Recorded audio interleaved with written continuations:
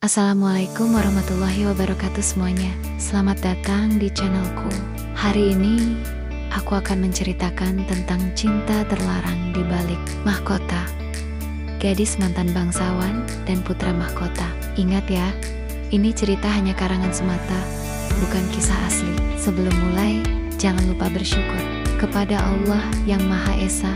Dan jangan lupa bersolawat untuk Nabi kita Muhammad. Bagi yang beragama Islam, jangan lupa untuk klik like, share, subscribe, dan loncengnya ya, agar dapat notifikasi saat channel ini update. Oke, mari kita mulai ceritanya. Malam kejatuhan.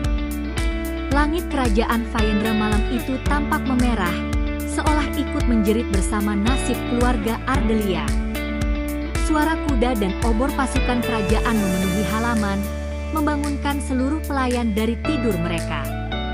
Api obor menari di antara bayangan dinding batu, membuat rumah megah itu terasa seperti neraka. Buka gerbang. Atas nama Raja Alfred, teriak seorang prajurit. Pintu besar dengan lambang burung emas didobrak keras, suara kayunya retak memecah kesunyian.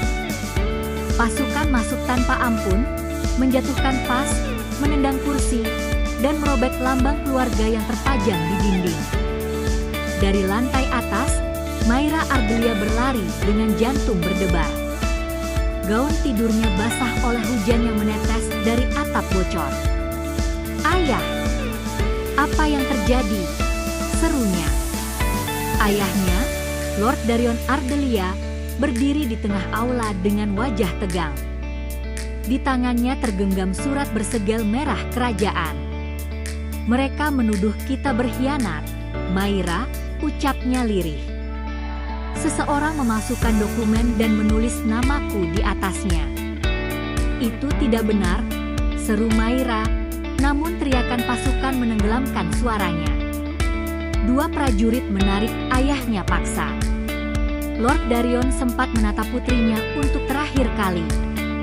"Larilah, anakku. Jangan biarkan nama kita menghancurkanmu.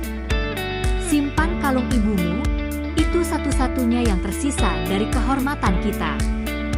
Maira menahan tangis, memeluk kalung safir biru di lehernya, lalu berlari keluar lewat taman belakang. Hujan turun semakin deras, memadamkan nyala obor di kejauhan. Dari balik pepohonan, ia menoleh ke arah rumahnya yang mulai terbakar. Nyalanya menyentuh langit malam. Lututnya lemas. Ia jatuh berlutut di tanah basah, air mata bercampur lumpur. "Jika ini takdir bangsawan," bisiknya di antara isak, "aku tak ingin menjadi satu dari mereka lagi." Malam itu, nama Ardelia dihapus dari sejarah, dan Maira pun lenyap di bawah hujan. Dari abu kehormatan, lahirlah gadis baru yang kelak mencintai sang pewaris mahkota dari kerajaan yang telah menghancurkan hidupnya. Hidup sebagai bayangan. 2 tahun berlalu sejak malam kehancuran itu. Maira kini hidup di sudut pasar ibu kota, menyamar sebagai gadis biasa bernama Rina. Ia bekerja di kedai teh kecil di pinggir jalan, menyapu lantai dan menyajikan minuman untuk para pengunjung. Tak ada lagi gaun sutra, tak ada perhiasan. Tangannya kini kasar oleh pekerjaan, tapi matanya masih menyimpan cahaya masa lalu, cahaya yang tak bisa sepenuhnya padam. Pemilik kedai, Bibi Nara, sering berkata, "Kau anak baik, Rina. Tapi aku tahu kau menyembunyikan sesuatu. Matamu bukan milik rakyat biasa." Maira hanya tersenyum samar. "Saya hanya ingin hidup tenang, Bi. Itu saja." Setiap malam, ketika kedai sepi, ia menatap bulan di langit dan menggenggam kalung safir biru milik ibunya. Hatinya bergetar tiap kali mengingat wajah ayahnya saat ditarik paksa malam itu. "Aku harus bertahan demi menebus nama keluarga kita." Suatu hari, kedai tempatnya bekerja ramai luar biasa. Pasukan kerajaan melintas menuju istana, dan di antara mereka tampak seorang pemuda berzirah putih menunggang kuda hitam. Sorot matanya tegas, namun lembut, memancarkan wibawa seorang pemimpin muda. Semua orang berbisik, itu Pangeran Mahesa, putra mahkota kerajaan. Maira terpaku di tempatnya. Tatapan Mahesa sempat beralih padanya sejenak, hanya sedetik, tapi cukup untuk membuat jantungnya berdebar. Ia segera menunduk, takut jika wajahnya dikenali. Namun takdir seakan mempermainkannya. Sore itu, Mahesa turun dari kudanya di depan kedai, hendak membeli secangkir teh panas. Saat tangan Maira tanpa sengaja menyentuh tangannya saat menyajikan cangkir, Mahesa menatapnya lekat. "Namamu siapa?" tanyanya lembut. Maira gugup. "Rina, Tuan." Mahesa tersenyum tipis. "Nama yang indah, seperti matamu." Ia meninggalkan koin emas di meja sebelum pergi, tapi tatapan itu menempel di hati Maira lama setelah kuda pangeran menghilang di tikungan jalan. Malamnya, Maira tak bisa tidur. Ia memandangi kalung safir biru yang berkilau di bawah cahaya bulan. "Putra mahkota," bisiknya. "Andai kau tahu siapa aku sebenarnya." Tatapan yang mengguncang. Sejak hari itu, Maira tak bisa menghapus wajah Pangeran Mahesa dari pikirannya. Tatapan itu hangat tapi berbahaya. Ia tahu seharusnya tidak memikirkannya, apalagi jatuh hati pada orang yang mewakili kerajaan yang telah menghancurkan keluarganya. Namun setiap kali mengingat senyum lembut itu, hatinya bergetar tanpa kendali. Beberapa hari kemudian, kedai tempat Maira bekerja kembali ramai.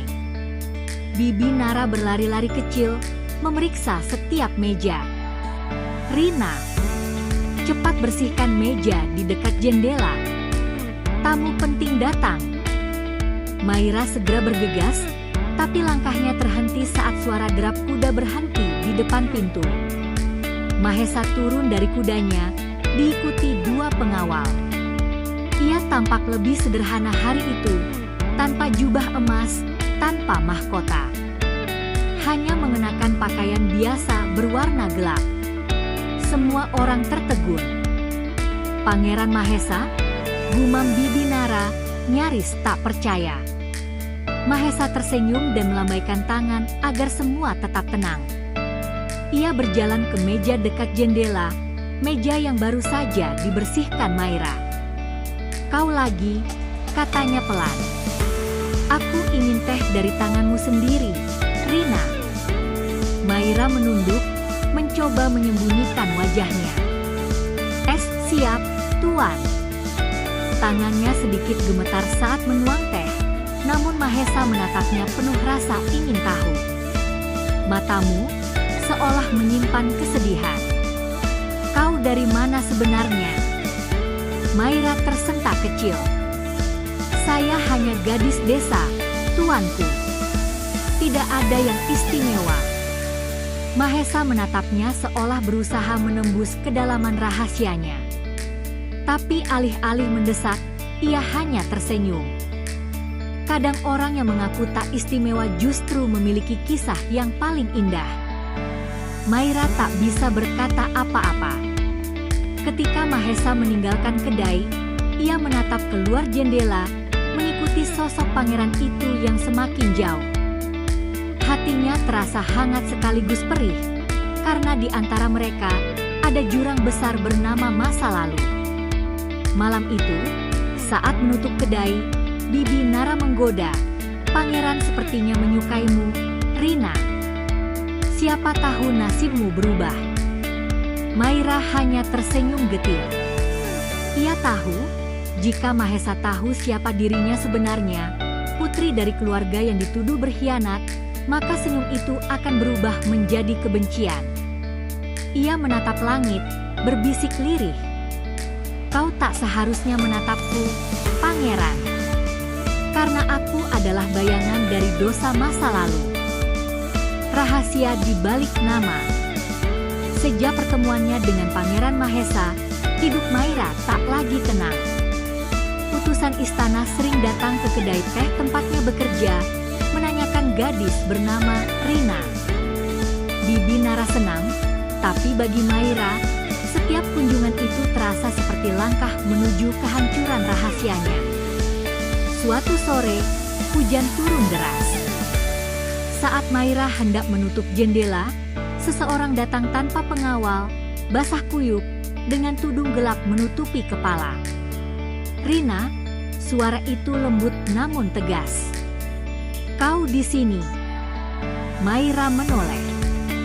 Mahesa berdiri di ambang pintu, membawa pedang dan wajah letih. "Tuan Mahesa." "Kau basah semua?" seru Maira, cepat mengambil kain untuk mengeringkan mantelnya. Mahesa tersenyum kecil. "Aku butuh tempat tenang dan teh darimu." Mereka duduk di meja dekat jendela. Hujan mengetuk atap, menciptakan keheningan yang aneh. "Rina," kata Mahesa, "kau pernah merasa kehilangan segalanya?" Maira terdiam sejenak. "Pernah. Sampai aku takut mengingat siapa diriku dulu." Mahesa menatapnya lembut. "Aku juga. Dunia istana penuh topeng dan kebohongan." Maira menunduk, dadanya sesak. Ia tahu kebohongan yang paling besar justru ada pada dirinya. "Jika kau tahu aku keturunan keluarga Ardelia, apakah kau masih menatapku seperti ini?" Lalu Mahesa mengeluarkan sehelai pita biru dari sakunya. "Aku punya sahabat kecil dulu. Ia memakai pita seperti ini, tapi keluarganya hilang karena tuduhan pengkhianatan. Aku menyesal tak bisa menyelamatkannya." Maira terpaku. Pita itu miliknya waktu kecil. Tangannya gemetar, tapi ia cepat menyembunyikan reaksinya. "Dia pasti gadis yang beruntung," ucapnya pelan. Mahesa tersenyum. "Entah kenapa, saat menatapmu, aku merasa mengenalnya." Maira menatap hujan di luar, berbisik dalam hati.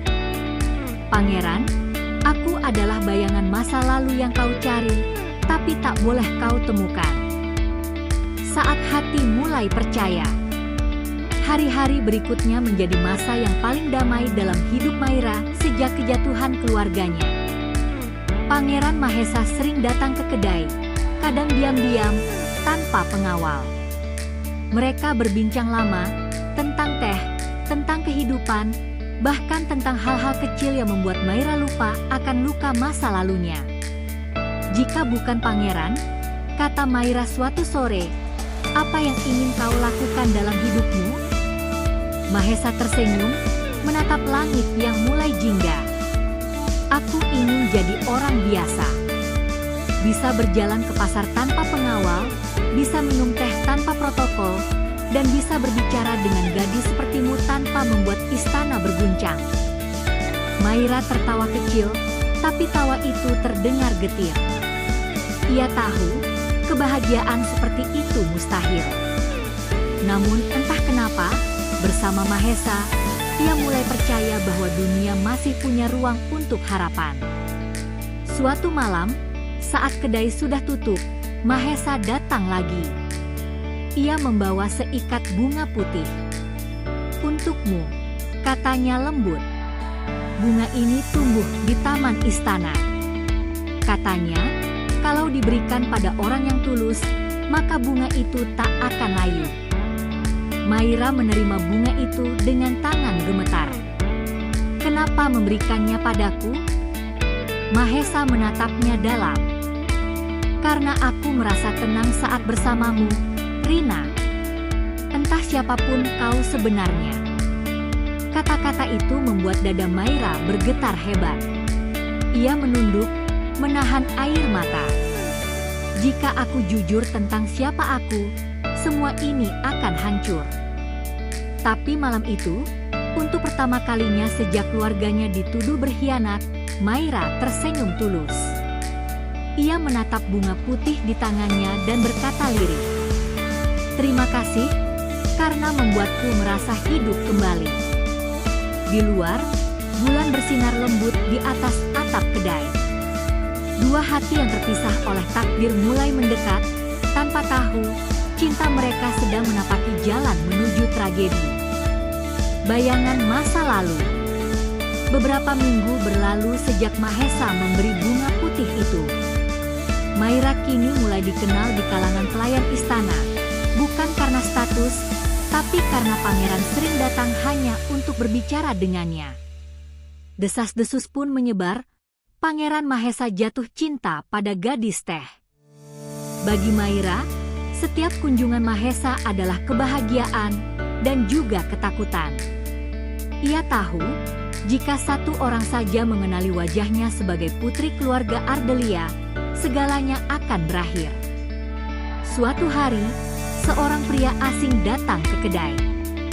Wajahnya keras, sorot matanya tajam seperti pengintai. "Namamu Rina?" tanyanya dingin. Maira mengangguk gugup.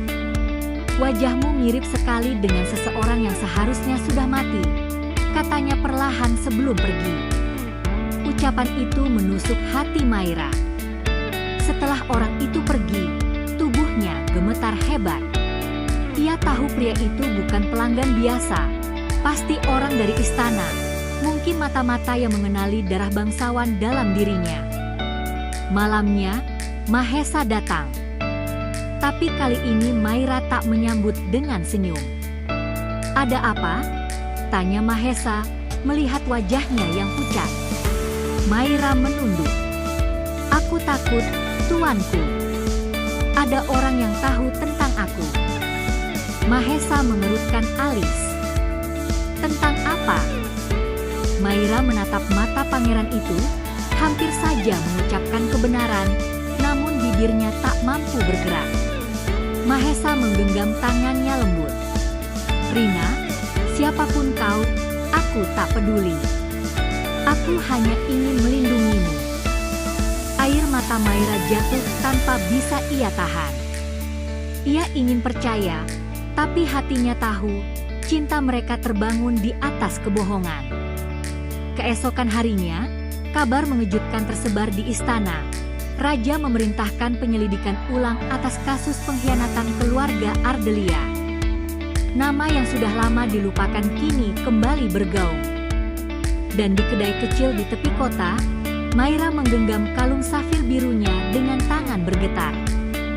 "Jika kebenaran muncul," bisiknya lirih, "maka aku akan kehilangan segalanya, termasuk dia." Pengakuan di bawah bulan. Malam itu, langit Fayendra tampak sendu. Angin berembus lembut, membawa aroma bunga yang jatuh dari taman istana. Maira berdiri di tepi danau kecil di belakang kedai, menatap bayangan bulan di air. Tangannya menggenggam kalung safir biru yang berkilau pucat di bawah sinar malam. Suara langkah lembut terdengar dari belakang. "Rina!" Itu Mahesa, datang tanpa pengawal seperti biasa. Tapi malam ini, wajahnya tidak setenang biasanya. "Ada yang ingin kau bicarakan?" tanya Mahesa perlahan. Maira menoleh, air matanya sudah menggenang. "Aku lelah bersembunyi, tuanku. Aku takut, tapi aku tak ingin terus berbohong padamu." Mahesa mendekat. "Katakan, apa yang kau sembunyikan?" Maira menarik napas panjang. "Namaku bukan Rina. Aku Maira Ardelia." Suaranya bergetar, namun tegas. "Putri dari keluarga yang kau kira berkhianat pada kerajaanmu." Mahesa membeku di tempatnya. Wajahnya berubah, antara terkejut, tidak percaya, dan terluka. "Itu tidak mungkin," katanya pelan. Maira menatapnya dengan mata penuh air. "Aku tak berkhianat, Mahesa. Ayahku difitnah. Aku hanya ingin hidup tenang, tapi takdir membawaku kembali padamu." Hening panjang menyelimuti malam. Mahesa menunduk, menggenggam rambutnya, seolah tak tahu harus berkata apa. Maira, kau sadar apa artinya ini? Jika orang tahu siapa kau sebenarnya, seluruh istana akan menuntut nyawamu. Aku tahu. Maira menatapnya mantap. Tapi aku lebih takut kehilangan kejujuran di hadapanmu daripada kehilangan hidupku. Mahesa mengangkat wajahnya, matanya berkaca-kaca. Ia memeluk Maira erat, pelukan yang penuh cinta sekaligus keputusasaan. Andai waktu bisa berbalik, bisiknya, aku akan menyelamatkan keluargamu sendiri. Maira memejamkan mata dalam pelukannya. Untuk sesaat, dunia terasa tenang. Tak ada istana, tak ada darah bangsawan, hanya dua hati yang saling mencintai dalam sunyi. Namun di balik semak, seorang mata-mata kerajaan menyaksikan segalanya. Dan malam yang indah itu menjadi awal dari kehancuran. Rahasia yang terbongkar. Sejak malam pengakuan itu, dunia Maira berubah. Mahesa masih datang ke kedai seperti biasa, tapi kini setiap tatapan di antara mereka menyimpan rahasia besar. Mereka bicara lebih pelan, bertemu lebih hati-hati, seolah udara di sekitar mereka bisa mengkhianati kapan saja. Namun rahasia, sebesar apapun disembunyikan, selalu menemukan jalan untuk keluar. Suatu pagi, saat Maira tengah membersihkan meja, kedai tiba-tiba digerebek oleh prajurit kerajaan. Bibi Nara menjerit, sementara Maira terpaku melihat lambang kerajaan di dada mereka. Gadis bernama Rina, kau ditangkap atas tuduhan menyembunyikan identitas bangsawan pengkhianat, teriak salah satu prajurit. Maira hampir tak mampu bernapas. Dunia seakan berputar. Namun sebelum mereka sempat menyeretnya, suara lantang terdengar dari luar. Lepaskan dia. Itu Pangeran Mahesa, datang dengan langkah cepat dan wajah marah. Para prajurit terdiam, menunduk hormat. Mahesa berdiri di depan Maira, melindunginya dengan tubuhnya sendiri. Tidak ada yang menyentuhnya tanpa perintahku. Tapi perintah itu tak bertahan lama. Beberapa jam kemudian, kabar tentang keberadaan Maira sampai ke telinga Raja Alfred, ayah Mahesa sendiri. Ia memanggil Mahesa ke ruang tahta dengan wajah murka. Kau tahu siapa perempuan itu? Bentaknya. Dia keturunan keluarga Ardelia. Pengkhianat yang hampir menjatuhkan tahta ini. Mahesa menunduk, tapi suaranya tegas. Ayah, keluarga Ardelia difitnah. Aku telah menyelidikinya. Tak ada bukti mereka berkhianat. Namun sang raja menatapnya tajam. Kau berbicara seperti orang yang telah kehilangan akal karena perempuan. Denganku atau melawanku, Mahesa? Hening panjang memenuhi aula. Mahesa menatap lantai, rahangnya menegang. Ia tak sanggup menjawab. Dan di balik pintu, Maira yang diam-diam dibawa ke istana untuk diinterogasi, mendengar semuanya. Air matanya jatuh tanpa suara. Karena aku, bisiknya getir, ia akan kehilangan segalanya. Malamnya, ia menatap bulan dari jendela penjara kecil di istana. Bunga putih pemberian Mahesa sudah layu di tangan.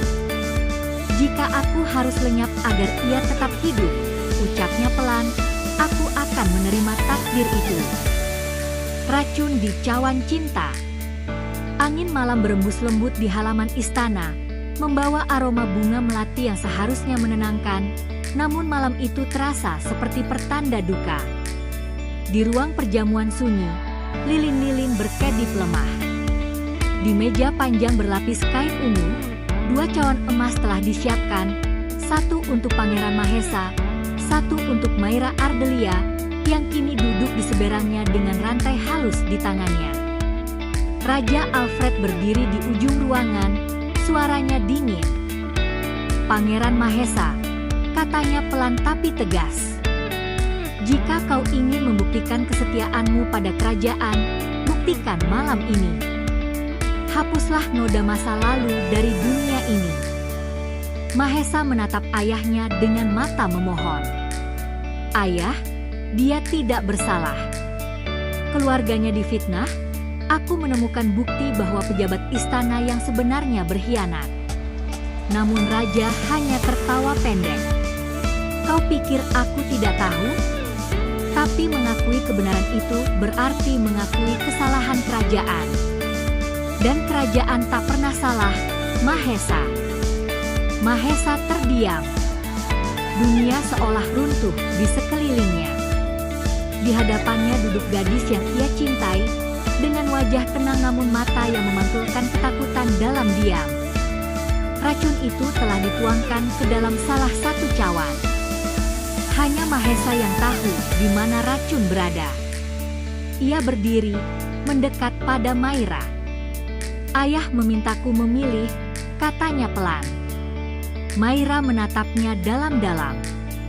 Pilihanku sudah aku buat sejak lama, katanya lirih. Aku memilih mencintaimu, meski itu berarti mati di tanganmu. Mahesa gemetar. Jangan bicara begitu. Maira tersenyum lembut. Aku tidak takut mati, Mahesa. Aku hanya takut kau akan membenciku setelah aku tiada. Ia memegang tangan Mahesa yang dingin, dan perlahan mengarahkan cawan ke bibirnya sendiri. Kau tak perlu menodai tanganmu. Biarkan aku melakukannya. Mahesa menahan pergelangan tangannya. Tidak. Aku tidak bisa. Aku tidak akan. Air matanya jatuh, tapi Maira tetap menatapnya dengan lembut. Jika cinta harus dibayar dengan nyawa, biarlah nyawaku jadi penebus masa lalu keluargaku. Ia meneguk isi cawan perlahan. Cairan itu pahit, menusuk, tapi Maira tersenyum samar setelah menelannya. Dalam hitungan detik, tubuhnya mulai gemetar. Racun itu menyebar cepat, membuat wajahnya pucat. Mahesa berteriak histeris. Maira! Tidak! Kenapa kau? Maira jatuh ke dalam pelukannya. Nafasnya tersengal, tapi senyumnya tetap indah. Mahesa, bisiknya lemah. Terima kasih, sudah membuatku merasa hidup, meski sebentar. Mahesa menatap wajahnya yang perlahan kehilangan warna. Aku akan menyusulmu, katanya putus asa. Tapi Maira menggeleng pelan. Tidak. Hiduplah, dan perbaiki dunia yang menghancurkan kita. Air mata Mahesa jatuh di pipinya. Aku mencintaimu, Maira, selalu. Maira menatapnya terakhir kali, lalu matanya terpejam perlahan, damai, seolah tertidur di pelukan orang yang paling ia cintai. Raja Alfred memalingkan wajah, berusaha menutupi ketegangan di matanya. Namun bagi Mahesa, malam itu segalanya berakhir. Ia mencium kening Maira, lalu menatap cawan emas di meja dengan pandangan hampa. Jika cinta ini dosa, bisiknya, biarlah aku pun ikut binasa. Namun sebelum ia sempat meminum racun itu, para pengawal datang menariknya pergi atas perintah raja. Dan di ruang sunyi yang tersisa, tubuh Maira terbaring di antara bunga melati yang gugur dari jendela, sementara bulan bersinar pucat di atasnya. Cinta yang tak pernah mati. 3 bulan telah berlalu sejak kematian Maira Ardelia. Istana kini sunyi dan dingin, seolah kehilangan warna. Sejak malam itu, Pangeran Mahesa tak lagi tersenyum. Ia menolak makan, menolak tidur di kamar yang sama, dan setiap malam terdengar duduk di taman istana, tempat terakhir ia berbicara dengan Maira tentang mimpi kebebasan. Setiap kali angin berhembus, ia seolah mendengar bisikan lembut suara gadis itu. Hiduplah, Mahesa, dan perbaiki dunia yang menghancurkan kita. Namun bagaimana seseorang bisa hidup ketika bagian terbaik dari dirinya telah mati? Mahesa kini menulis surat setiap malam untuk Maira. Surat yang takkan pernah terbaca, tapi menjadi satu-satunya hal yang membuatnya tetap bernapas. Di dalam surat-surat itu, ia menulis pengakuan, penyesalan, dan cinta yang tak pernah selesai. Ia memohon maaf atas tangan yang tak sempat menahan racun itu, atas cinta yang berakhir dengan kematian. Suatu malam, di bawah bulan yang sama dengan malam kematian Maira, Mahesa pergi diam-diam ke taman belakang istana. Ia membawa bunga melati putih dan secarik surat. Di bawah pohon tua tempat Maira dulu menatap langit, ia berlutut dan menaruh bunga itu di tanah. "Maira," bisiknya lembut, "aku sudah mencoba hidup tanpamu. Tapi dunia ini tak lagi sama. Segalanya hampa." Ia menatap bintang-bintang, dan untuk pertama kalinya sejak lama, tersenyum kecil. "Kalau cinta ini dosa, maka biarlah aku bertemu denganmu di neraka." Keesokan paginya, pelayan istana menemukannya tertidur di bawah pohon melati itu, dengan surat terakhir di tangannya dan senyum damai di wajahnya. Ia tak pernah bangun lagi. Surat itu hanya berisi satu kalimat. "Cinta kita tak mati, Maira, hanya berpindah tempat dari dunia ke keabadian." Dan malam itu, di langit Faendra, dua bintang yang bersinar berdampingan muncul untuk pertama kalinya. Rakyat percaya, itu adalah Mahesa dan Maira, dua jiwa yang akhirnya bersatu. Bukan di istana, bukan di dunia, tapi di tempat di mana cinta tak lagi harus berakhir dengan racun dan air mata.